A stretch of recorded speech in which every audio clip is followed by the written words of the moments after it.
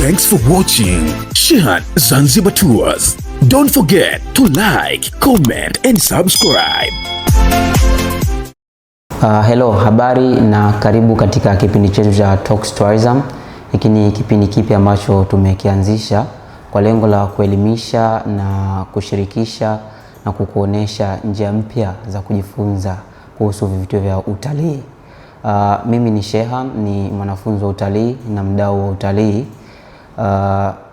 Leo utakuwa na mimi kuanzia mwanzo hadi mwisho. Kabla ya kuendelea mbele, please tusaidie kusubscribe ili tuzidi kufanya vizuri na zaidi. Kusubscribe kwako ni hamasa kubwa kwetu sisi. Asante sana. Salam Cave ni sehemu ambayo nimekuwa nikitembelea mara kwa mara na wageni, na kiukweli kila siku ninapoenda nahisi kama ni mara yangu ya kwanza. Kwa heshima kubwa, na leo tumebahatika kuwa na mwanzilishi na mkurugenzi wa Salam Cave na Garden Cave, Mzee Saleh, ambaye ndiye mtu mwenye historia na maono makubwa wa eneo hilo. Karibu sana Mzee Saleh katika kipindi chetu kipya cha Talks Tourism, na honestly you are the first time katika hiki kipindi. So hongera kwa hilo. Ujitambulishe kidogo na utuambie Salam Cave ni nini. Yamkini kuna baadhi ya watazamaji wetu hawajui Salam Cave ni kitu gani kwa kiufupi. Asante sana kwa kunitembelea leo, na furaha sana kufika katika ofisi ya Salam Cave. Ndio. Ambapo siku kwa pamoja kabla na ZSC. Ndio.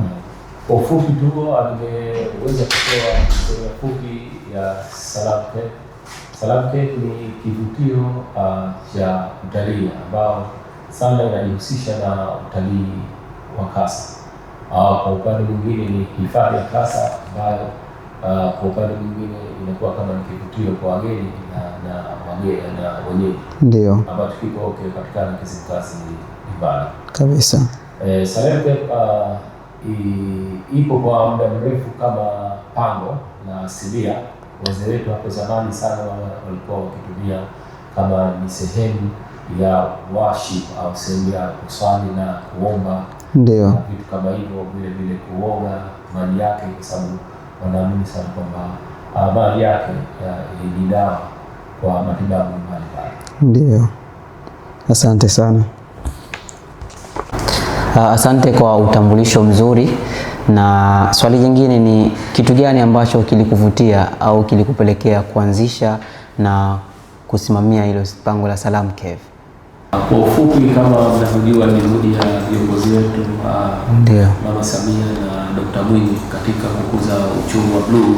Ndio. Kwa hivyo ilipelekea na kunipa nguvu zaidi kuanzisha kivutio hiki, kwa sababu najua itachangia katika uchumi wa Zanzibar na uchumi vile wa kijiji, mtu mmoja ndio, kwamba kupata ajira, vile kuhakikisha kwamba product za pale kama samaki na vitu vingine vinaweza kukauzwa ili kuongeza kasi ya uchumi katika kijiji hiki. Kwa vile umegusia kuhusu wanakijiji, mwamko wa wanakijiji upoje katika kuhifadhi wale wadudu wa baharini kasa? Wanaitikia vizuri, wanashirikiana nanyi katika kuhifadhi wale wadudu wa baharini? Kwa kweli uhifadhi huu wa kasa, kama unavyojua, kasa ni kiumbe wa baharini. Ndio. Lakini vile kwa upande mwingine ni kitoweo kwa wanakijiji. Ndio. Kwa kamata na kuwachinja na kupata nyama. Ndio. Kwa kuliona hilo ndio chengine sababu zilipelekea kwamba njia gani naweza kuhifadhi hawa ili wasidhurike na kuongeza generation ya hawa kasa katika maeneo yetu ya bahari. Ndio. Kwamba Salam Cave wenyewe originally ilikuwa ni sehemu nzuri ya machinjio ya kasa. Kwa hivyo tunaibadilisha vipi hii scenario kuondoka katika sehemu ya machinjio na kula nyama, sasa hivi kivutio cha watalii na vile kuweza kupata kipato. Ndio.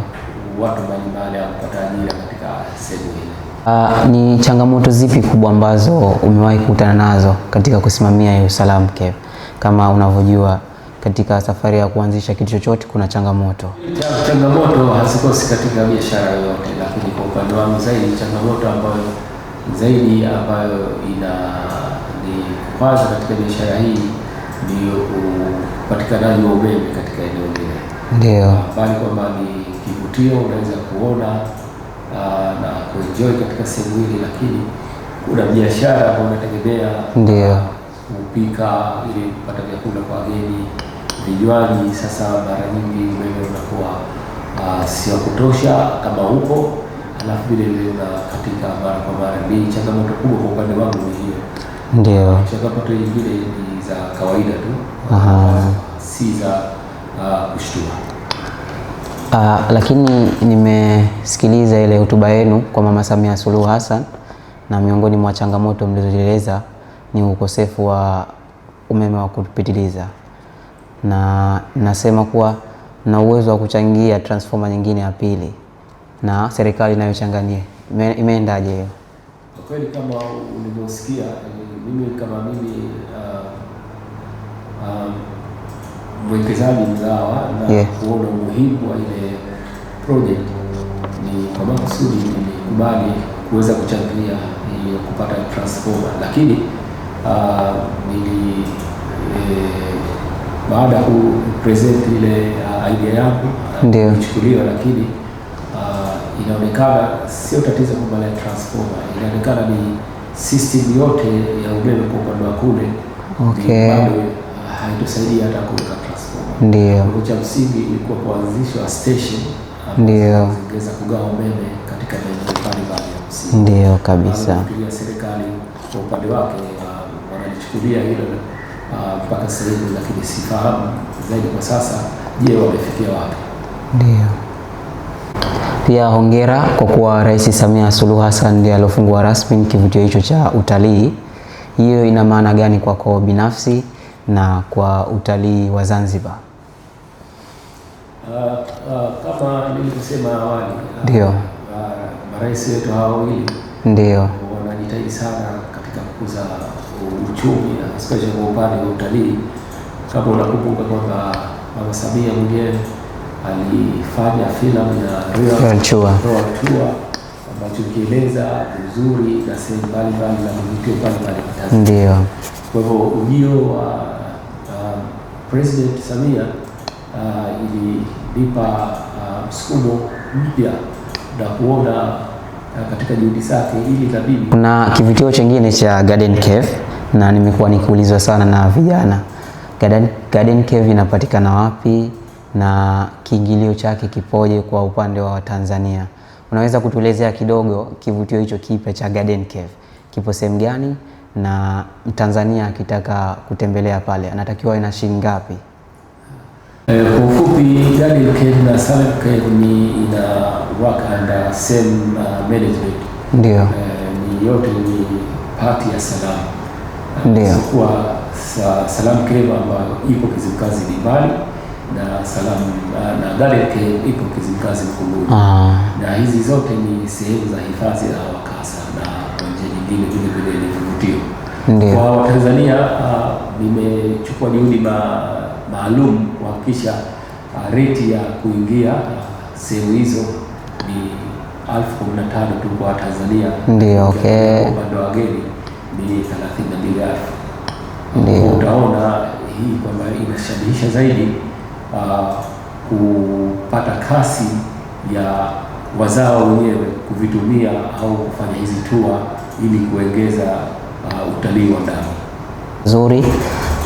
Na ukiachana na cave pale Salam Cave, kitu gani ambacho kingine kinapatikana maeneo ya pale mbali na cave?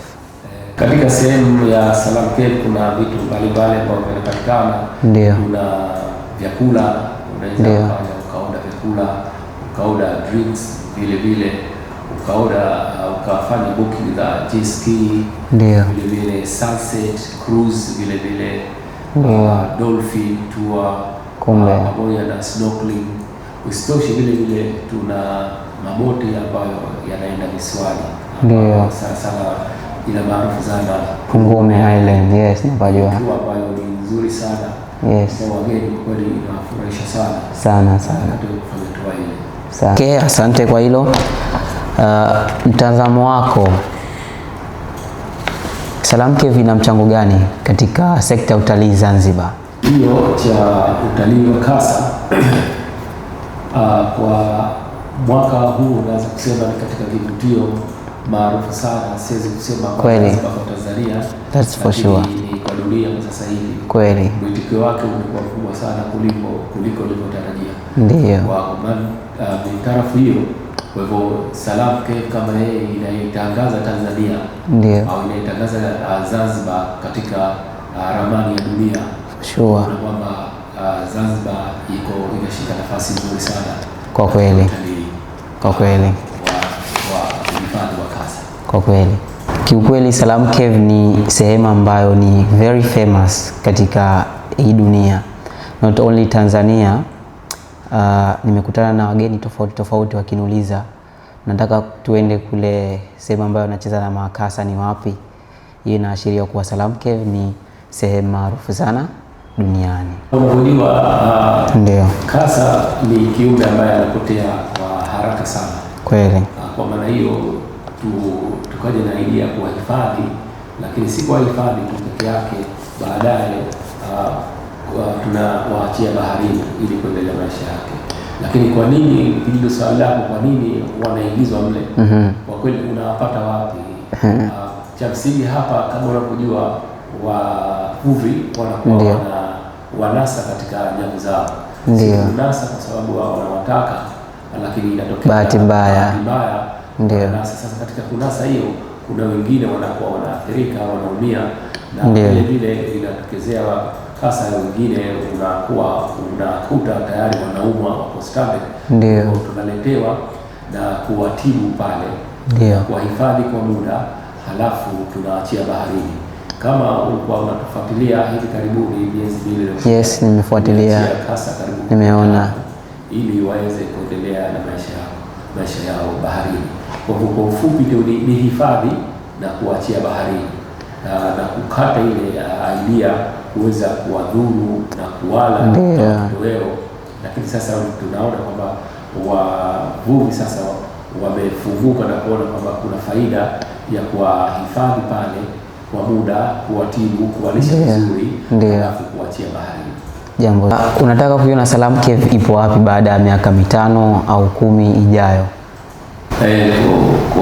Kwa ufupi tu ningesema, kama unavyofahamu uzuri wa Salam Cave yake yalivyo na jinsi gani tunavyoweza kuhifadhi mazingira.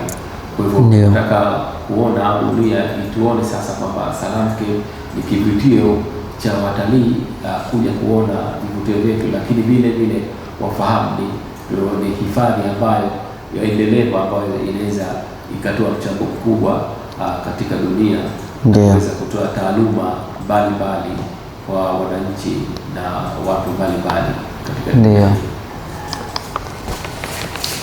Asante. Kwa kweli kizuri kinajiuza, na mimi naona Salam Cave inajiuza kwa kweli. Kuna baadhi ya siku nakuja pale, mgeni anakuwa ameikodi ile private hours, na kwa mujibu nilivyofanya research ni takriban ya milioni 1 kama sikosei. So hiyo inaashiria kwamba Salam Cave sehemu ambayo yenye mafanikio makubwa. Hongera sana kwa hilo. Lakini pia kuna msemo wa Kiswahili unasema jambo lolote zuri halikosi mkosoaji. Tumepata kuona na kusikia majadiliano na maoni katika mitandao ya kijamii kuhusu Salam Cave. Kwako wewe Mzee Saleh, unachukuliaje ukosoaji na maneno ya watu? Ndio. Kila kitu na kila binadamu ana mambo yake katika kupambanua vitu. Ndio, nakubali. Wengine wanasema freedom of speech. Ndio. Vile anahisi wao, inawezekana wako right, lakini kwa mtazamo wangu mimi inawezekana kwa wrong. Ndio. Kwa hivyo huwezi kusema chochote au kuargue, isipokuwa mara nyingi zile comment ambazo tunazihisi kwamba tunaweza tukazifanyia kazi Ndio. ziko negative tunazifanyia kazi kwa ili kuhakikisha ubora wa ile sehemu. Ndio. Sasa tunaenda katika maisha yako binafsi. Ndio. Kwa sababu vijana wengi wanatuangalia pale, wanapata kujifunza, au sio? Ni kitu gani ambacho ulikuwa unakiamini lakini sasa hivi haukiamini tena? No longer believe it. Mara nyingi hata watu wanaanza kufikiria kwamba hasa wa Afrika kwamba hawezi kufanya vitu vikubwa. Ndio. Na perception hiyo kwa kweli mimi nikizikuta basi huwa mara nyingi naweza kuzipambanua kwamba binadamu wote wana akili. Akiwa mzungu, akiwa Mwafrika, wote wana akili sawa. Ni juhudi na kupambana katika kuhakikisha na kukifanya kile ninachokiamini, lakini everything is possible. Ndio. Nadhani umesikia maneno ya mwanzilishi na mkurugenzi wa Salam Cave na Garden Cave. Binadamu wote wana akili. Haijalishi kwa wewe ni mzungu, ni Mwafrika, ukiamua kufanya kitu kikubwa katika ulimwengu una uwezo wa kifanya na kikatambulikana. Kama tunavyoona Salam Cave, kama nilivyosema awali, Salam Cave now is worldwide. So kivutio cha Tanzania tena. Hata nje watu wanajua kuna Salam Cave. Tuangalie na muda. Sale, ungependa kuwapa ushauri gani vijana ambao wanatuangalia sasa hivi kuhusiana na kutembea pale Salam Cave na kuhusu maisha kiujumla? Asante sana swali lako, lakini nafikiria kikubwa kuweza kutembelea katika maeneo haya ili kuweza kujionea wenyewe uzuri wa Salam Cave. Mbali kwamba ni kuona ni uzuri, lakini kwa njia nyingine inakuwa ukiingia katika pango lile basi kama therapy au matibabu ya kisaikolojia, yani pia unajisikia katika anga fulani hivi ambayo kwa njia moja au nyingine hata akili inapata utulivu. Alafu vile ningependa kutoa ushauri kwa vijana zaidi. Waweze kupambana. Waweze kuzalisha idea mpya. Idea mpya za kuweza kufanya mambo mbalimbali. Hakuna kitu ambacho hakiwezekani katika ulimwengu huu, kama tunapojua Mwenyezi Mungu ametuita hapa. Wanahalifa katika ulimwengu huu. Basi wewe una jukumu la kufanya na kupambana kufanya vitu mbalimbali ambavyo vitakujenga wewe kama mwenyewe, vile vitakujenga kiuchumi na kuhakikisha kwamba nchi hii zaidi inajengwa na wananchi wenyewe. Wakiwa na kipato cha kutosha watajenga utajiri ambacho utasaidia katika maisha yao pamoja na serikali yao.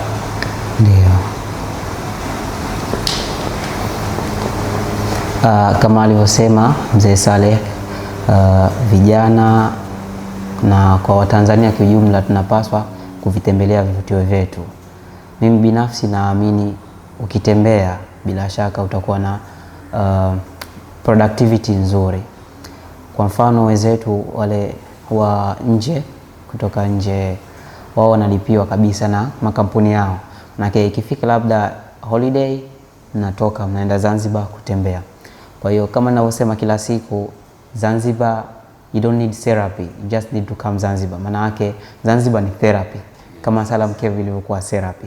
Kwa hiyo vijana tunapaswa kutembelea vivutio vyetu, na kiukweli kutokana na utafiti uliofanyika na uliofanywa na chuo kikuu cha Harvard unasema kwamba watu wengi ambao hutumia fedha zao kwa kutembea ama kwa uzoefu wa kusafiri wana furaha ya muda mrefu zaidi kuliko ambao wale wananunua vitu vya kimaisha vya kidunia.